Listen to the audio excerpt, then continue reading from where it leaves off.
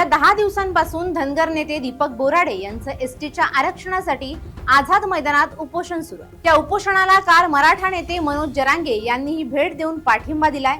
त्यामुळे आता आणखी रान पेटलंय। धनगर आणि मराठे एकत्र मुंबईत आले तर मुंबईत बसायला जागा उरणार नाही असाही इशारा यावेळी जरांगेंनी दिलाय।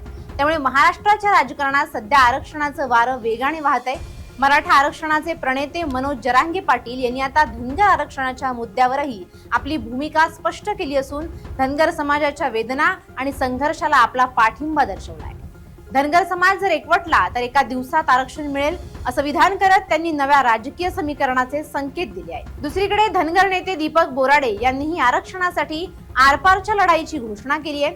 अंतरवाली सराटी येथे पत्रकारांशी संवाद साधताना मनोज जरांगे पाटील यांनी धनगर समाजाच्या आरक्षणाबाबत अत्यंत सहानुभूतीपूर्वक भाष्य केले। ते म्हणाले की धनगर समाजाचे प्रश्न गंभीर आहेत आणि त्यांच्या नेत्यांच्या वेदना आम्ही जवळून पाहिले। जरांगे पाटील यांनी स्पष्ट केलं की जोपर्यंत समाज रस्त्यावर उतरत नाही आणि एकजूट दाखवत नाही तोपर्यंत सरकारला जाग येत नाही। ज्या दिवशी धनगर बांधव पूर्ण ताकदीने एकत्र येतील त्या दिवशी मराठा समाज त्यांच्या पाठीशी उभा राहील। धनगर आणि मराठा ही दोन मोठी शक्ती एकत्र आली तर सरकारला झुकण्याशिवाय पर्यायच उरणार नाही असा विश्वासही त्यांनी व्यक्त केला। आरक्षणाच्या प्रश्नावर मी स्वतः धनगर समाजाच्या प्रमुख नेत्यांशी फोनवरून चर्चा करणार आहे। आम्ही एकमेकांच्या खांद्याला खांदा लावून लढलो तर हे सरकार एका दिवसात आरक्षण देईल असंही त्यांनी नमूद केलं। मनोज जरांगे पाटील यांनी मुख्यमंत्री देवेंद्र फडणवीस यांच्यावरही निशाणा साधला। सुरुवातीला आमचं फडणवीस यांच्याशी चांगलं जमतंय, आम्ही त्यांचा सन्मान केला असं म्हणत त्यांनी सरकारला सहकार्याची संधी दिली होती। मात्र आता त्यांचा सूर बदललेला दिसतोय। जरांगे पाटील यांनी सरकारला आठवण करून दिली की हैदराबाद गॅझेटनुसार मराठ्यांना आरक्षण देण्याचं आश्वासन दिलं होतं। जर सरकारने या आश्वासनापासून माघार घेतली किंवा समाजाची फसवणूक केली तर सरकारची साडेसाती सुरू होईल असा खणखणीत इशारा त्यांनी दिलाय। धनगर आरक्षणासाठी आक्रमक पवित्रा घेणारे नेते दीपक बोराडे यांनी 2014 पासूनचा आपला संघर्ष मांडला। बोराडे यांनी मराठा आंदोलनाचं कौतुक करताना म्हटलं की मराठा समाजाची किमया मोठी आहे, त्यांनी जी एकजूट दाखवली त्यातूनच आम्हाला प्रेरणा मिळाली। तसंच बोराडे यांनी आरोप केला की धनगर समाजाचं आंदोलन दडपण्यासाठी सरकारनं वेळोवेळी पोलीस बळाचा वापर केला। जालना येथील आंदोलनात फडणवीस सरकारनं मोठा बंदोबस्त लावून आंदोलकांना रोखण्याचा प्रयत्न केला। तसंच समाजातील काही लोकांनी सरकारची हात मिळवणी करून आंदोलनात षडयंत्र रचलं, ज्यामुळे आंदोलनाची जागरूकता कमी झाली। मोदी, फडणवीस आणि अगदी अटल बिहारी वाजपेयी यांच्या काळातही आम्हाला आश्वासनं मिळाली पण अंमलबजावणी झाली नाही। फडणवीस यांनी आता सांगावं की आम्हाला अजून किती महिने थांबायचं आहे असा संतप्त सवाल त्यांनी उपस्थित केला।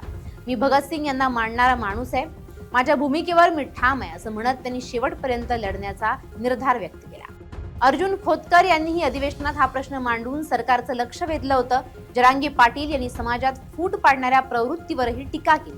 काही लोक केवळ फोटो काढण्यासाठी आणि नेत्यांच्या जवळ जाण्यासाठी आंदोलनाचा वापर करतात, अशा प्रवृत्ती समाजासाठी घातक आहेत। माझा त्यांच्याशी कोणताही संबंध नाही असं सांगत त्यांनी खऱ्या कार्यकर्त्यांना महत्त्व देण्याचं आवाहन केलं।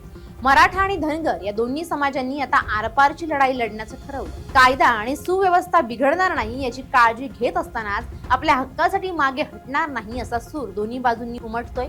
मराठे एक झाले याचा आनंद व्यक्त करतानाच आता धनगरांनीही त्याच जोमानं एकत्र यावं ही जरांगे पाटलांची हाक आगामी निवडणुकांच्या पार्श्वभूमीवर अत्यंत महत्त्वाची ठरणार आहे। धनगर समाजाचा मुख्य दावा असा आहे की संविधानातील अनुसूचित जमातींच्या यादीत 36व्या क्रमांकावर असलेल्या धनगर शब्दाचा अर्थ प्रत्यक्षात धनगर असाच आहे। केवळ टायपिंग मधील चुकीमुळे हा फरक निर्माण झाला असून महाराष्ट्रात धनगर नावाची कोणतीही स्वतंत्र जमात अस्तित्वात नाही।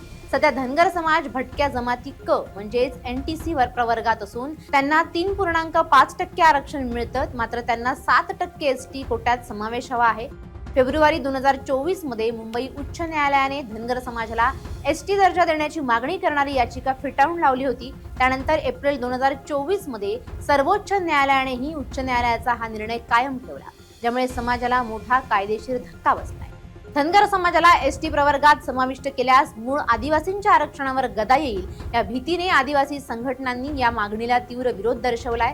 सरकारने तातडीने शासन निर्णय काढून हा प्रश्न सोडवावा अशी मागणी आंदोलकांनी केली आहे। मागण्या पूर्ण न झाल्यास आंदोलन अधिक तीव्र करण्याचा इशारा देण्यात आलाय। या वादामुळे राज्याच्या राजकीय आणि सामाजिक वर्तुळात मोठी अस्वस्थता निर्माण झाली आहे।